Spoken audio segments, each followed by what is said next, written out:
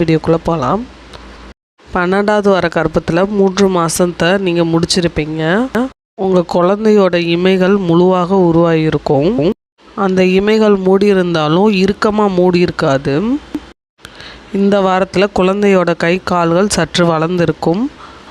கை காலை விட நீளமாக இருக்கும்.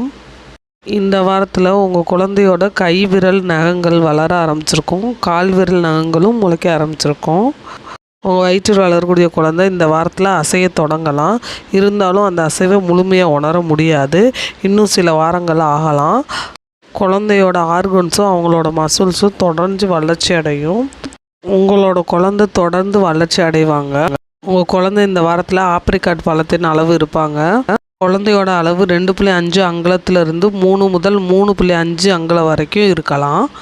உங்கள் குழந்தையோட எடை 28 முதல் 29 கிராம் வரைக்கும் இருக்கலாம். இந்த வாரத்தில் வயிறு தெரியலன்னு கவலைப்படக்கூடாது. மற்றவங்க வயிறு தெரியுது இந்த வாரத்தில், நமக்கு தெரியலன்றத கவலைப்படக்கூடாது. ஒவ்வொருத்தவங்களுக்கும் ஒவ்வொரு தனித்தன்மை இருக்கும். முதல் குழந்தை இறந்தால் சுத்தமாக வயிறு தெரியாது.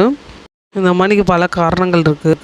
உங்களோட உடல் மாற்றங்கள் இந்த நேரத்தில் முதல் 3 மாதம் முடிந்ததும் ஒரு வித மாற்றங்களை வெளிப்படுத்தும். இது குழந்தையோட மூளை வளர்ச்சியால் கூட உணரலாம். கர்ப்ப காலத்தில் வெயிட்டு போடுறது எல்லாத்துக்கும் சமமானது.